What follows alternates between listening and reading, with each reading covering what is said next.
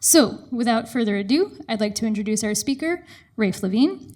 Raph is a software engineer at Google, currently on the Fuchsia team, working on text and Rust infrastructure, and he holds a PhD in computer science from UC Berkeley, where his thesis topic was tools for interactive font design.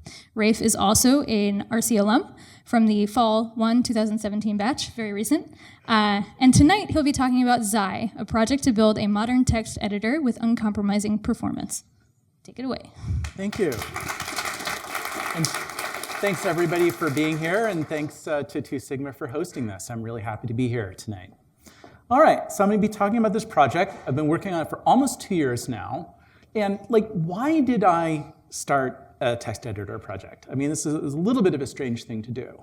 But it really came from kind of researching data structures, ropes, kind of advanced computer science concepts for manipulating text, and kind of going deeper into it and realizing that this could be the primitives, this could be the basis for building a really good text editor. And it feels to me that there isn't a need for this, that there's editors that are very usable but are kind of built on older technology. And then there's other editors that are very rich in functionality but are not performant. And so kind of the most important thing of Zhai is uncompromising performance. And that's really going to be the focus. I was kind of trying to decide how to structure this talk. And it's let's kind of slice into how do we actually deliver on that promise of performance, especially because that's very recent work. We weren't really that performant until recently. But some other goals, an editor these days, it's not just an editor that you've got all these tools that it needs to connect to. And so it really needs to be extensible so that you can use it in these IDE-like contexts. And we also want to go in the direction of handling rich text and not just kind of ASCII text. And the project, the nature of the project, I talk about it as a textbook of how to do text processing. But what that means is that it's an open source project and there's a real focus on learning and teaching. And I really kind of want to invite community participation. So given these goals, there's some design decisions in Zhai that I think are kind of interesting. And so one of them is that it isn't one big monolithic app. There's a lot of modules that are loosely coupled with each other. And in particular, there's a separation between the front end and the core. And then all the plugins, even for something like syntax highlighting, which in most editors is kind of built into the editor, that's a plugin. That can be swapped out. If you don't like your syntax highlighter, you can swap it out and put a different one in. Another challenge, of course, in building GUI software for the modern environment is you don't have just one platform. You've got lots of different desktop systems, most of which have been around for a while, but some that are emerging, like Fuchsia. And so how do you deal with that? Do you use a cross-platform toolkit? Certainly possible, but it felt to me like that wasn't going to give you the best experience. So the idea of Zhai is that your front end is written in whatever language, whatever platform is most natural, is most native for the specific target that you're running on. And that means polyglot. So Rust is not a good language today for writing a GUI. And so you write your GUI in whatever language is right, and you use Rust for the core, for the kind of heavy lifting of the text, because it's fast and it's very expressive for these kind of concepts that we're trying to do. So another, probably the most radical decision, and this is inspired by NeoVim. I didn't invent this, is to be asynchronous. That when you send a request, it just kind of races down the pipeline. I'll have a slide for that. As opposed to kind of pretending that you're doing a procedure call and the procedure is going to return. And that async, it increases a challenge. It is not easy to build a system that fully embraces async, but I think it's worth it. I think that we're going to get better performance and better composability, where if you load up a couple dozen plugins, it isn't going to cause the performance to come to a halt. That all these asynchronous pieces will be able to run on their own. So in order to get performance, the other thing is you do the smallest amount of work possible. So when you hit a key, that creates this delta, and then that goes down the pipeline as deltas, and they're small. So you're only touching what's actually changing, what actually has to be recomputed. And then throughout this, I mean, I am a PhD computer scientist, you know, that you could do things in a simpler way, but like I'm really going into like these sophisticated data structures, you know, ropes and monoid homomorphisms, and like trying to like, how do you synthesize a functional, you know, an incremental algorithm from, you know, from a spec? And then in order to handle the asynchronous modification, we use this concept called a conflict-free replicated data type, or a CRDT, so that, you know, it's like a multi-user editor, and I think this could kind of go in that direction. But even just for mediating between like the core and the plugins, that the plugin kind of has its view of the document, and then there could be concurrent editing going on, and the CRDT, you know, mediates that. So this is like a picture of the architecture. So you've got this core, which is written in Rust, and the core owns the document model. So you know, that document model might be hundreds of megabytes, a gigabyte, or something like that, and Rust is like a really good language for handling that kind of data and doing it efficiently. And then you've got a front end, and the front end is talking to the operating system, is talking to the keyboard and the mouse, and it's also displaying on the screen. And that's going to be, like for the Mac one, that's written in Swift, because that Swift is the best choice for writing GUI software on Mac today. And they're talking over, and like this might be the first thing. It's like, I thought he was going to talk about a performant editor. Why is there JSON RPC crossing process boundaries? This seems like kind of a weird choice. But hopefully I'll manage to convince you by the end of the talk. And the same thing is true for the plugins. The idea, part of the reason why I chose JSON is, what language do you want to write these plugins in? It's not a scripting language that you've got language bindings that allow you to access the document. That you're communicating over an RPC channel, and that lets you write that plugin in any language that has a working JSON parser, which is pretty much most languages these days. All right. So another way of looking at the architecture, I mean, a block diagram is one way, but I think thinking about it as a pipeline is, especially when you're thinking about performance, is maybe a more useful way. That you've got, you know, like a key or some other event that's coming in through the user interface, and that's the operating system, which is green here. And then that goes into the plugin, that goes into the front end and becomes an action, you know, becomes like insert this character or something like that. And as it flows down this pipeline, you've basically got deltas, small deltas. So you're doing a tiny amount of work, as small work as possible. And then most of the stages in this pipeline also have caches. So if you're doing something like, you know, that action updates the model in the core, so now it's crossed a process boundary. But the fact that it's crossed a process boundary is actually not that, you know, not that big a deal. I mean, it's structured that way so that you can write the piece in the language that's the most appropriate. But really, it's this async architecture of flowing down the pipeline, and the fact that you've got these boundaries is, you know, is an implementation detail. So then you update the core, and then that updates, you know, you've got this rendering process. So there's a line cache that's holding these rendered lines, and then there's a rendering process which is converting them into, this is very recent work, it's converting them into OpenGL drawing commands, because that's the fastest way. I'll be talking about that quite a bit. That's the fastest way to draw text. And then it goes back to the operating system to display on the GPU. So given this, like, how do you achieve performance? And when you're doing performance work, it isn't just a question of like making good design decisions and you know, using the right language. That helps, it's important. But what you're really doing when you're doing performance work is you're measuring, you're understanding, where is the time going? Why is this thing nowhere nearly as fast as I really hoped when I started building it? So, you know, when you're measuring performance, there's actually a lot of different aspects of performance. There's, you know, scrolling speed, which is variable depending on whether you're scrolling fast or slow. That's affecting, like, you know, how much do you have to recompute per scroll. There's typing, you want that to be really low latency. There's like window resize, which happens to be something that a lot of GUI toolkits don't do well. There's also, like, performance also includes things like startup time, right? Which is really important. So in order to measure, like, just scrolling and typing latency, I put together a little Arduino kit. I'm not going to do a live demo, but see me after and I'll try and run it. And so what this does is that it injects USB events, both keyboard and mouse, and then it's got a little light sensor right here. And the light sensor, so it's really end-to-end, except for the keyboard latency. For that, please see Dan Liu's work on keyboard latency. It's excellent.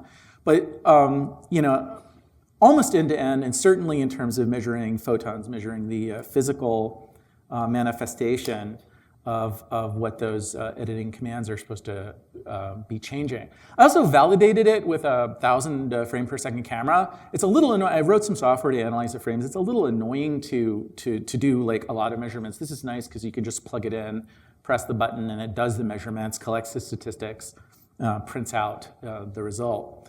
And then the other technique that we used really deeply is tracing. And especially in a system with like a lot of different components, you really want to trace those components. And so here is a breakdown.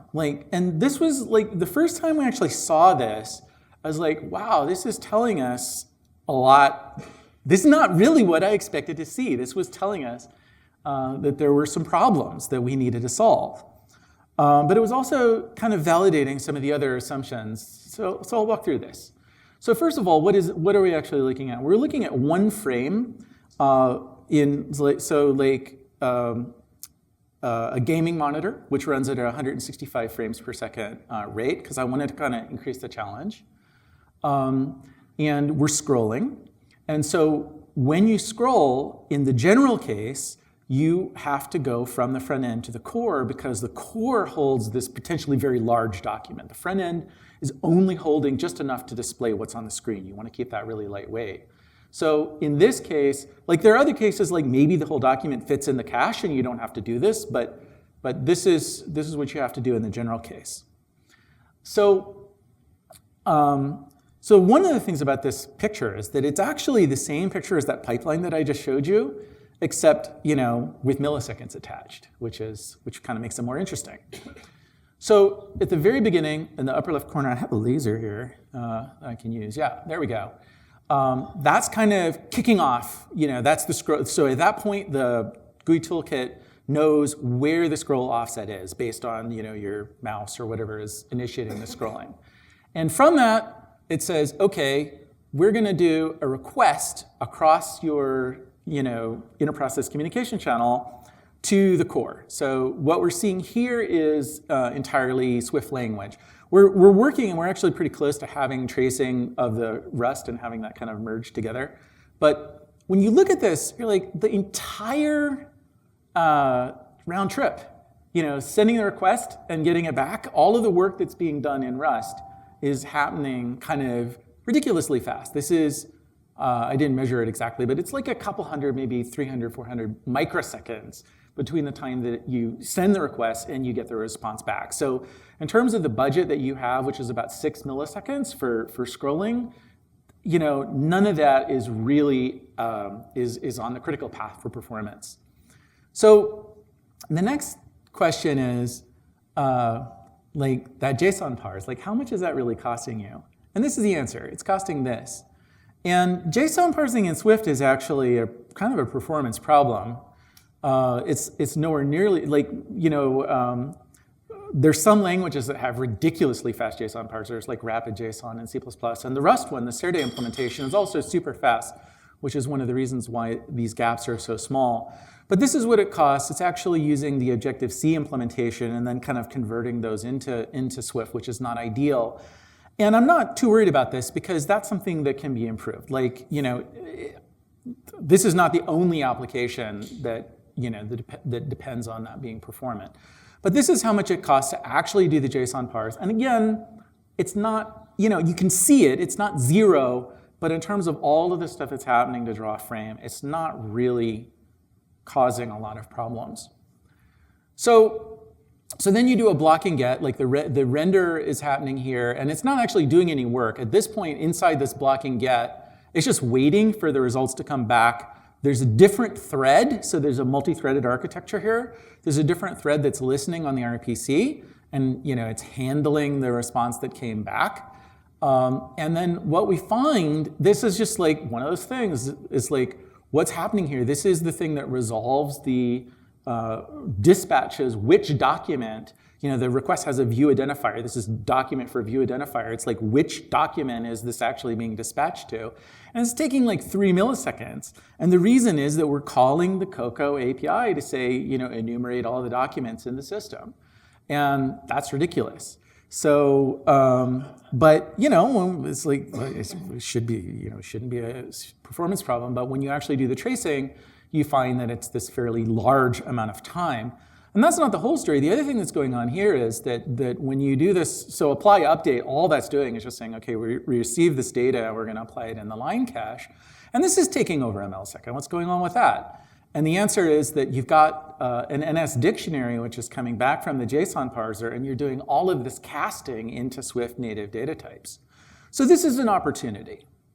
So when all this happens, so this is like most of the frame budget is happening here. And then when this comes back, the next step is that you're doing this process called shaping, which is converting from text into glyphs, and XY positions of those glyphs. And for monospaced text, it's actually a trivial problem, but for some languages like Arabic or Hindi or something like that, then it's a complex script, and so the shaping computation is actually non-trivial. And we want to do it right. So we're using the operating system, we're using Cortex to do that shaping.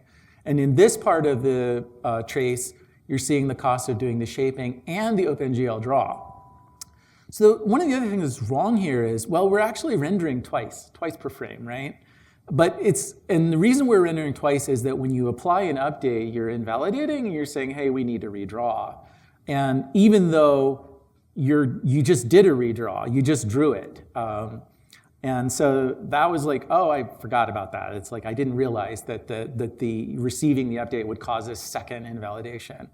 It's causing a second draw. But it's useful to see because now you see this is how much it costs to draw if you are hot in the cache. If everything is, if you don't have to recompute anything, if you're just drawing out of the cache, and it's way less than a millisecond. So then we're done. We have almost a whole millisecond to spare. We are actually hitting 165 frames per second scroll, although we are occasionally dropping frames. So this is the state as of maybe like 3 weeks ago. Okay, so this is what it looks like today. And you can see that a lot of the problems have been fixed, but this thing where this is a slightly larger delta. I didn't really calibrate like how much text is being drawn. But we're still taking a fairly large amount of time to do that copying of that JSON data. But then, we're only drawing once, and then now we have like, we're only taking kind of half of the budget, a little bit more than half of the budget to scroll. So, we can hit 200 frames per second when those monitors start becoming available.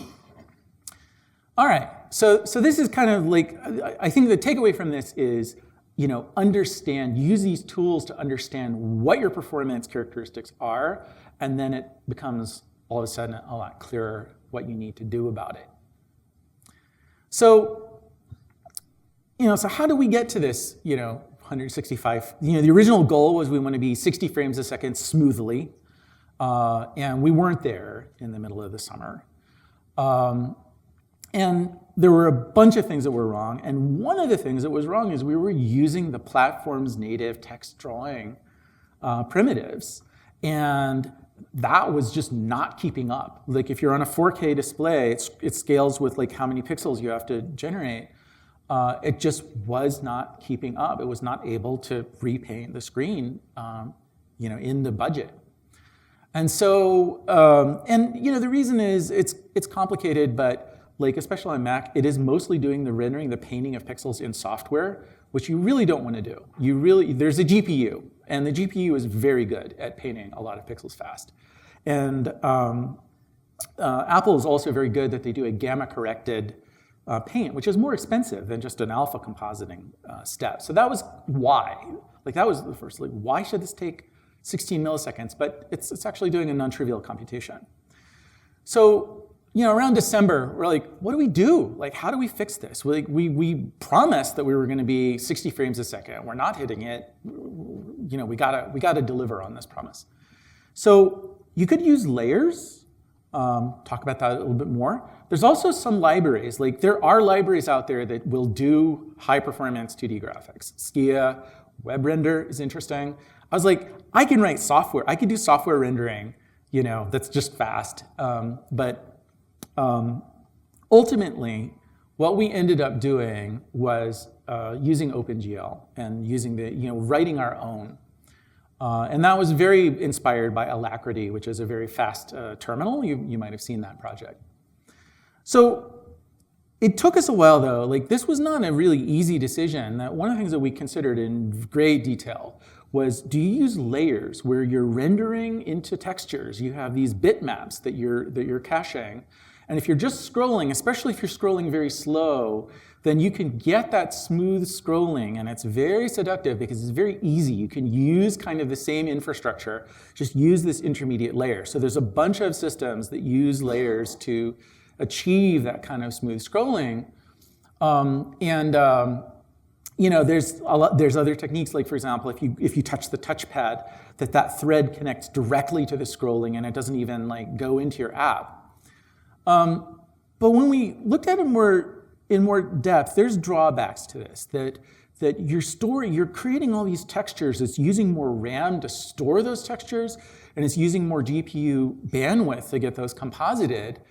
They don't help you if you're scrolling really fast or if you're doing something like navigating to finding something where you really do have to paint the whole screen.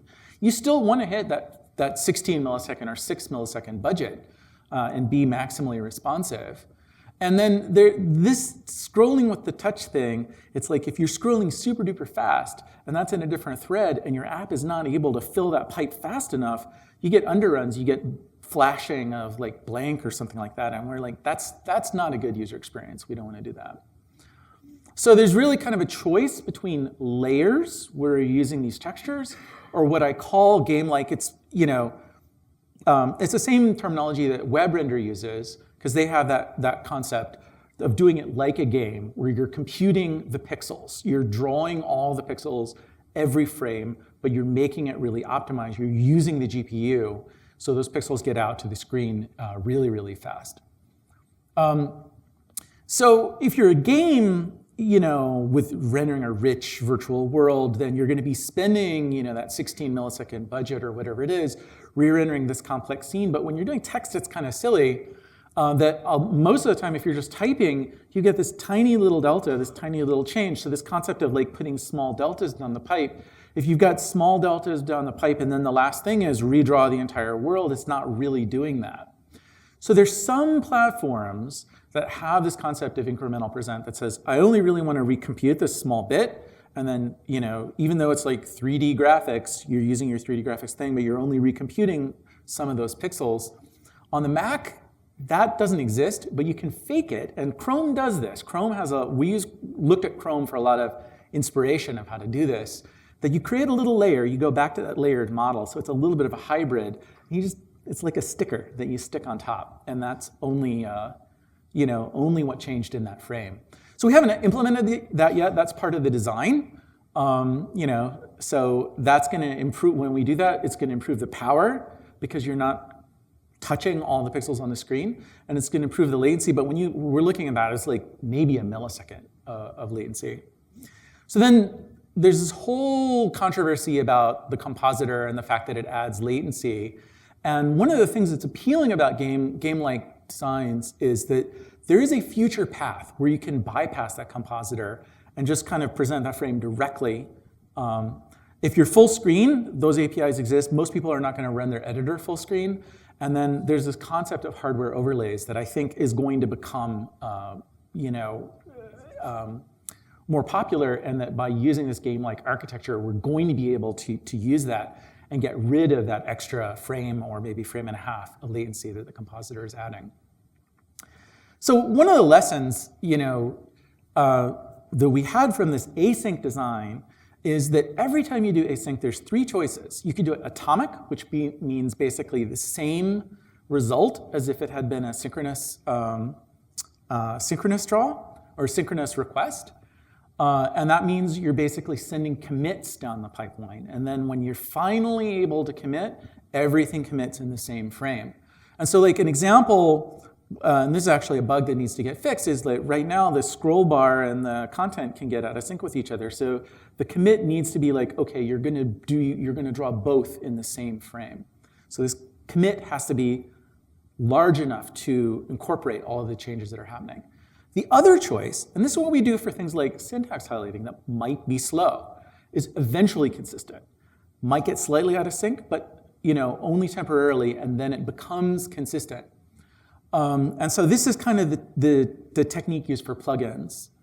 Of course, the third choice is to be wrong, and it's really easy to be wrong when you're building an async thing.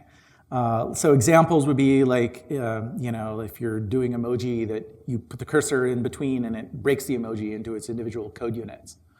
And so one of the other things that we really have discovered from doing this is that you really want to firmly commit to doing async, that if you have some components that are synchronous and like doing a request and waiting for a response, that's going to be painful. If you just adopt async wholeheartedly, it's going to go better. I'm going to skip this. I see I'm a little bit low on time. There's some things that are challenging in the async world. And that adds to the complexity. We have to solve these problems. But it's definitely like async is not magic pixie dust that you sprinkle on and get magically excellent performance. One of the things that I think async is working very well at is syntax highlighting. So we have this syntax highlighting module that is compatible with the regex-based syntax definitions that you all know and love. And it's based on the same techniques where you send a delta and then it computes like how much actually has changed, sends those style spans back to the core. And one of the things that's interesting, I have a little demo that I'll show is like what actually has to change. So this is like a cache simulator. And so if you're changing these lines and you're using a least recently used, this is the least recently used cache policy, then it's pretty good at caching those. But what happens is like if you open a comment, then it might ripple through the whole, that might change the syntax for like the whole file. And if you use the least recently used strategy, it's terrible that you don't have any, you lose all of the context for where you were actually editing. So without going through all of these choices, this is what we ended up with, which is something that's kind of aware of the gaps. And so when you do, it's like least recently used, but then when it ripples, it kind of, maintains those gaps in a, kind of a random selection that's biased towards keeping those gaps as even as possible. So I actually built this visualization. That's one of the things I did, on my batch in 2017. And it's, it's an example of kind of doing like kind of computer science approaches to some of these trickier questions. So that's, kind of a taste of the kind of work that we've been doing. It's a journey. It's still in process, and I want to invite everybody here, play with the code, look at it, become involved, and join me on this journey. And thanks everybody for coming.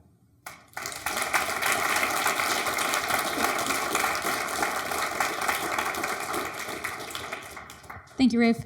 We're going to have a 2-minute break, so if you want to head out, now is the time. If not, please stick around for Q&A, possible demo. Yeah. Hi. What did you use to do the tracing of the front end? Yeah, so good question. So we wrote just a very small amount of code that keeps a buffer of events to trace, and then we output that in a form called Chrome tracing. And it's really cool because it's built into your Chrome that you can actually say Chrome://tracing, and then you can say load, and it will load any file of this nature. I mean, it was built for Chrome and for understanding, because Chrome actually has architecturally some of the same stuff going on. It has multiple processes, it has a lot of components that are talking to each other. So they really built it for that. but it's a generally useful tool, and you can just generate it and load it. It's a pretty easy thing to add to whatever project you're working on. Thanks. Hi. What happens if the user is typing and a different process on the system, for example, a linker, uses all of the memory? So, I mean, we're not doing anything special about managing those situations. In the old days of editors, you could not count on there being enough RAM on your system to hold the document. So in the old days of editors, you would see these data structures that were kind of like re-implementing virtual memory, right? So you store some of the document on disk and you only have a little piece of it in RAM. And you kind of, so we're not doing any of that. We're just storing the document in RAM. So if you're physically at the point where your system does not have enough RAM, we're just kind of relying on the operating system to manage that. So it's either going to swap, which will slow things down, or it will kill the processes that are not actually important. But it's pretty unlikely to be a real problem. I mean, like,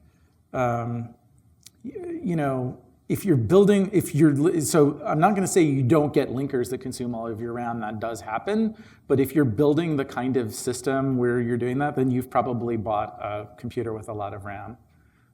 There's a kind of we joke a lot about the download more RAM button, so you wanna hit that.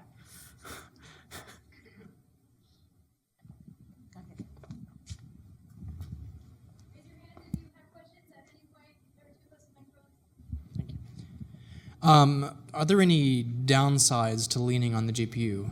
I'm thinking in particular of like older hardware.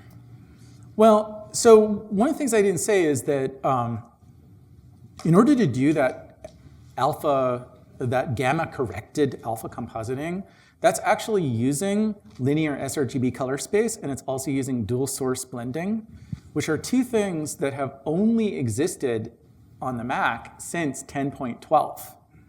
And so we could not have built the renderer when I actually started this project, right? Or would have had to like take some shortcuts or something like that. So it definitely is using like the modern, sophisticated, abilities that are on that GPU. And if you're trying to target this thing to really old hardware, then that's not going to work. I mean, they it's 10.12, but those features are available on all Mac hardware that 10.12 runs on.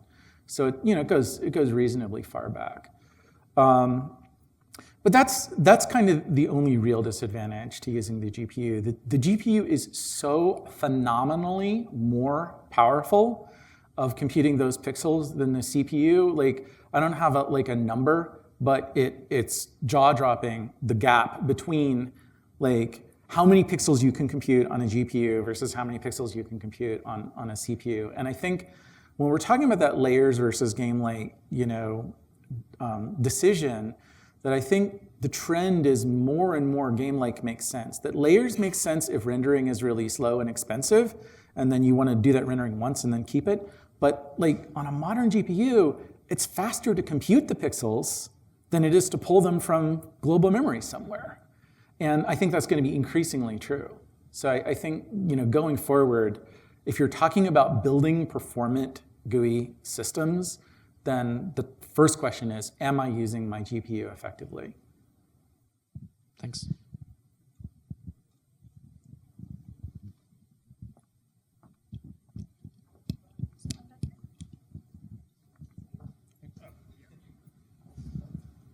Hey, this is a Mac-specific question, but would you, I guess OpenGL is cross-platform, but would you ever consider using Metal instead on the Mac? Absolutely. So I did a lot of experimentation. So I kind of glossed over it really fast.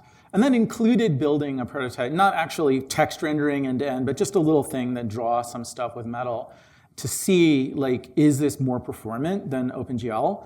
And the answer is, for the workload that we're throwing at it, that the difference between the OpenGL and the Metal was not significant. That there are other cases where you really need to use like multiple threads to fill those command buffers, or you've got a situation where the buffer from one rendering phase needs to kind of overlap with another one in a kind of a fine-grained way. But what we're doing, if you actually look at the workload that OpenGL is processing, it's just going down a bunch of instance draws.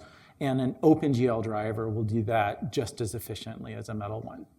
But as I said, it's all about performance measurement. It's all about understanding what the performance characteristics are. So I'd like to think we did our homework on that.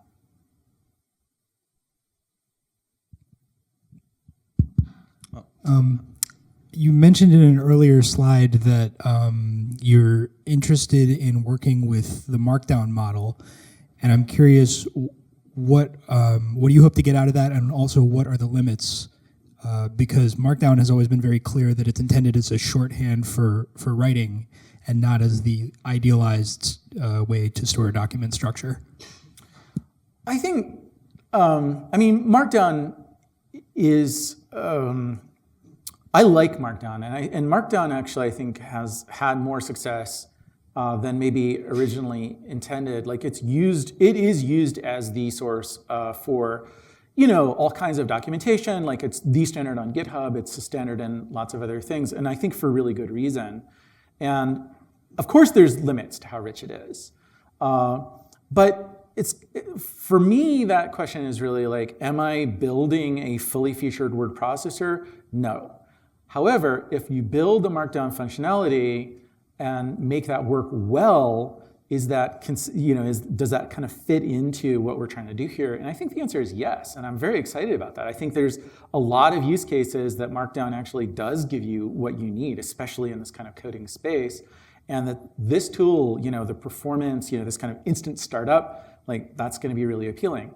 And then if you're doing something where you really need complicated, tables of authority or whatever, then this is not the right tool for that.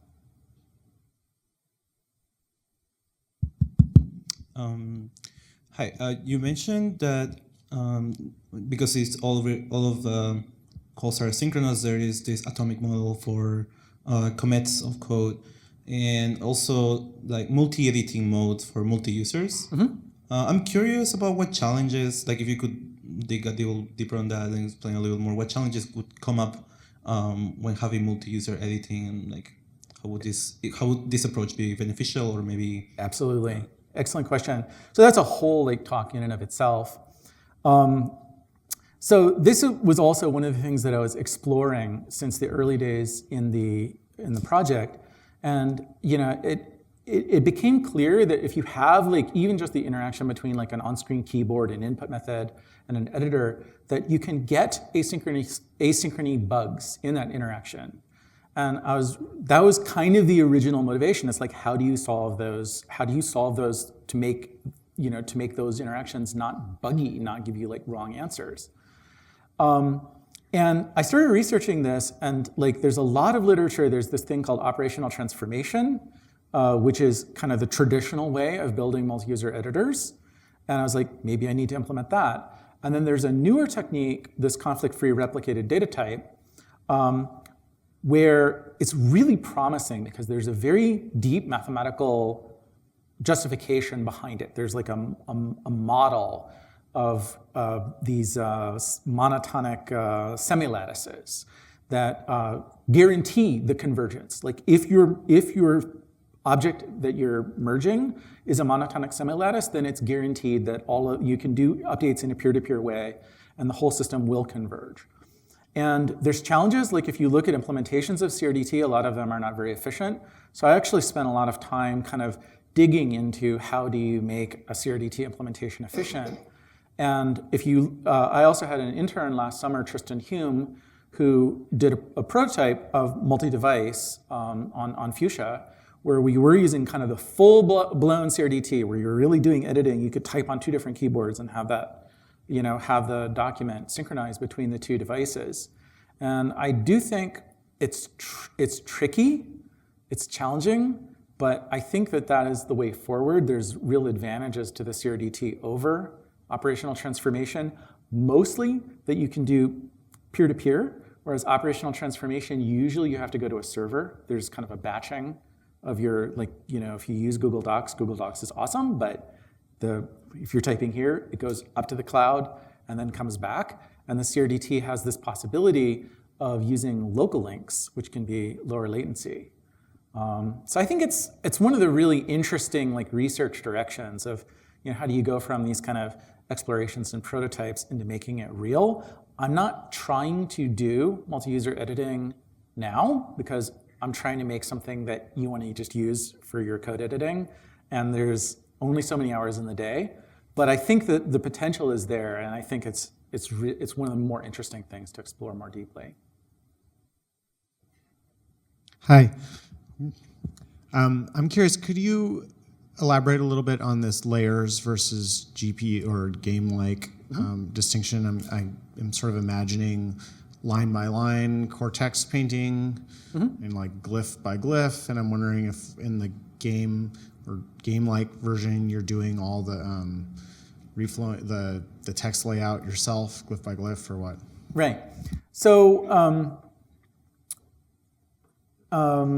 it's a great question. It's a little complex. Let me try and see if I can answer it kind of clearly. So the OpenGL draw calls are glyph by glyph. So you're basically just saying you've got a glyph cache, which is a texture atlas, really. And you're just saying there's a little rectangle of UV coordinates that I'm going to be painting from that into the target buffer. So what we're storing, so this is where that kind of pipeline comes into play, that the last stage in the pipeline, you're really storing display lists. You're really saying these are the glyphs, and these are where they're being drawn. And at that point, you've done that shaping, you've done that kind of conversion of the text into the positioned glyphs. And so when you scroll, what you're doing is that you're painting that, you're drawing most of the screen from the display list, which is a very small amount of, you're just filling a buffer, really. You're just traversing the display list and just filling a buffer of those draw commands. And then what's scrolling in the bottom, your text that you don't have in the cache, what we're doing is calling core text and saying, here's my attributed string. And so you can have it's a code editor, it's monospace font, but if it wants to be complex script, or if it wants to be emoji, or if it wants to be something, you've got that full richness of that available. And so we pass that to core text, and then what comes back is a CT line object. And usually what you do with a CT line object is you paint it to a graphics context, but we don't. We take that and we say, oh, it's telling us where the glyphs are. It's telling this glyph number and this XY position and this font. And we basically take that and convert it into the display list. And did you previously paint the glyphs using core graphics? That's right.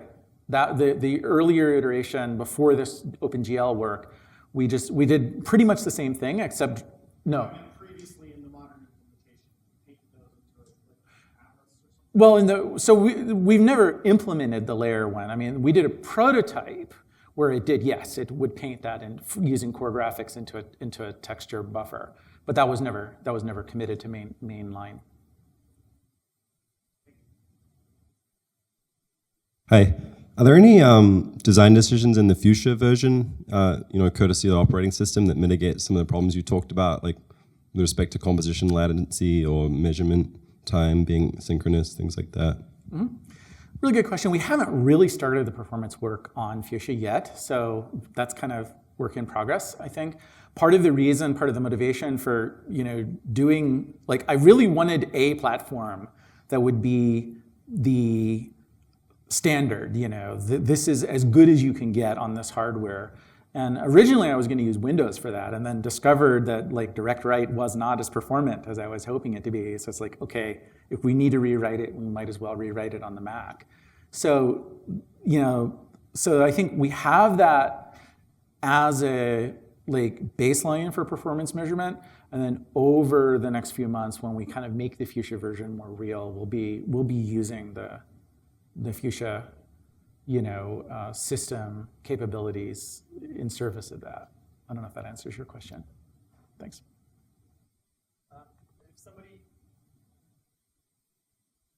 If a plugin wants to draw on the screen, for an interactive debugger or an IPython notebook, how might you support that? That's a really good question, and that is also a work in progress. So, and this is where things get, potentially really interesting. But I think the way to think about these interactions is that it's a lot like a terminal, right? That, in a terminal you have, it's interesting because you have a terminal and you've got like VT100, but terminals have had like escape sequences that kind of give you graphics, for a very, very long time. And I think we want to do something like that, that if you have like rich content that goes beyond just like text, that, we're going to kind of carefully and consciously open up, extend that protocol so that you're able to send graphical objects that get painted, and whatever is needed, and be a little bit, as I say, careful, because we could re-implement the web, and that would be silly, but there's probably like a real 95% approach to this that says, okay, I want to display like annotations from like syntax and some program analysis. I want to display like breakpoints. I want to display diffs. I want to display branching diagrams maybe as graphically rich as we're going to get. And it's not that difficult to just say, okay, there's going to be a language that allows you to specify that in JSON, and then just pipe that through the same way that we're piping through these annotated text objects.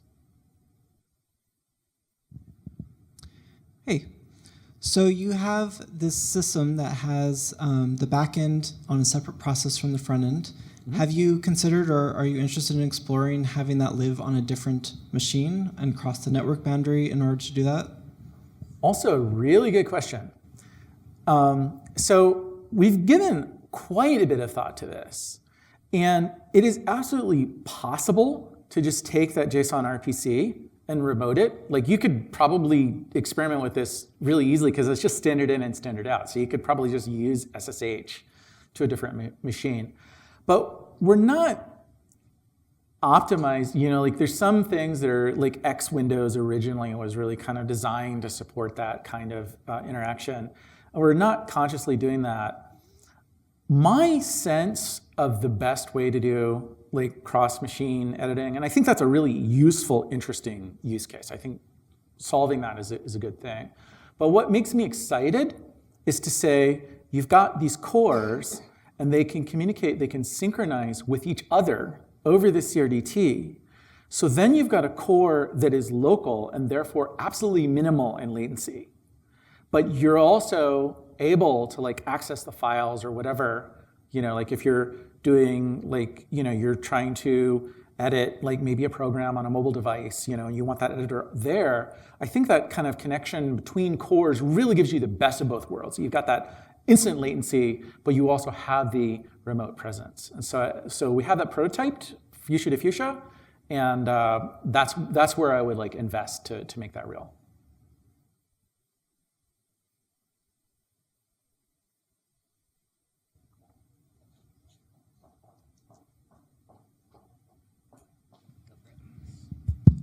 A couple of times you mentioned power consumption, and we don't often hear about that in the process of making architectural or algorithmic decisions. Can you say a little bit about how you think of power consumption, why you think of power consumption, and will we be hearing more about power consumption in the future? Yes, absolutely. So, at Google we do think about power. I was on the Android team, and we thought about power a lot. You were also on the Android team. So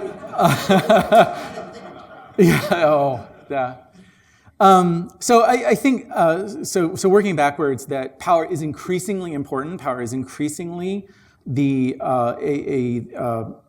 limit on how much you can get done, the scarce resource. As Moore's law is scaling, it's like we're still getting more transistors, but we're not getting a lot more work done per unit of power.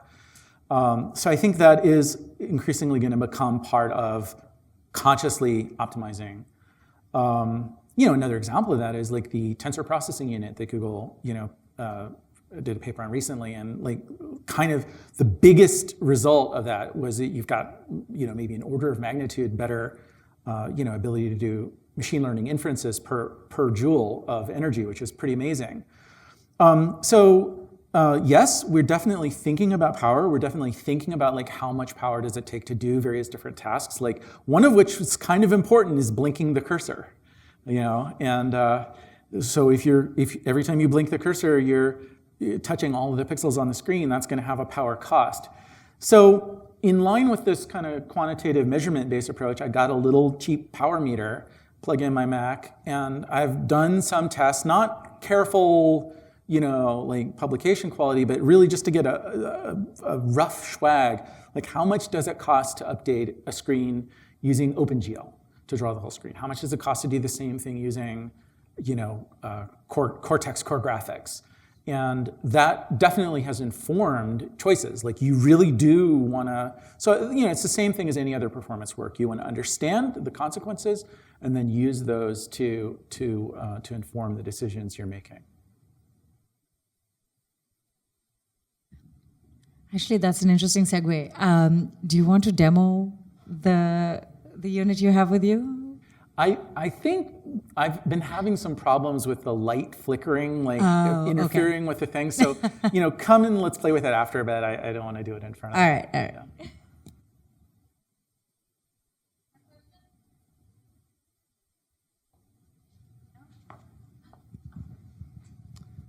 Do you have a strategy or idea for how you might go about onboarding all the new contributors you've picked up this evening? I'm terrified of. No, that's a good problem to have, and it's a good question. Thank you. And incidentally, that's Colin Raffles, who's been helping on a volunteer basis, really, really incredibly. Thank you so much for your work on the project. Really appreciate it.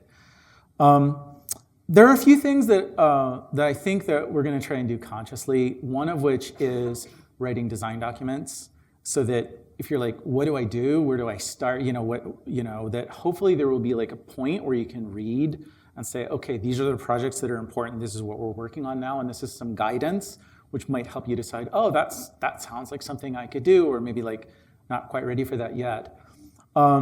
We also have an IRC channel, Mozilla Zhai. Please feel free to drop by. There's like a lot of times really good conversations happening there, and I try to be helpful and welcoming and answer questions there. So yeah, I mean, this is like, it's exciting. As I say, it's a little scary because this feels like a project that is really started as a personal exploration and feels like it's scaling up, feels like it's becoming a community effort. And I think we'll just try and ride that wave.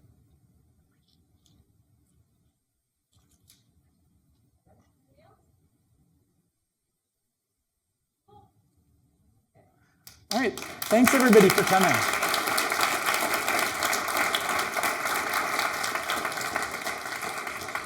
Thank you very much, Raph. Will you be demoing for the rest of the evening? Yeah, great. Raph will be demoing for the rest of the evening up here, so you can come and chat with him. Thank you all very, very much for joining us tonight. We really appreciate it. If you want to come to more local host talks, they happen every month. The next one will be on February 27th, and we hope to see you all there. We're going to be announcing that on our blog probably next week. A last and final thank you to 2 Sigma for hosting us. Big round of applause for them.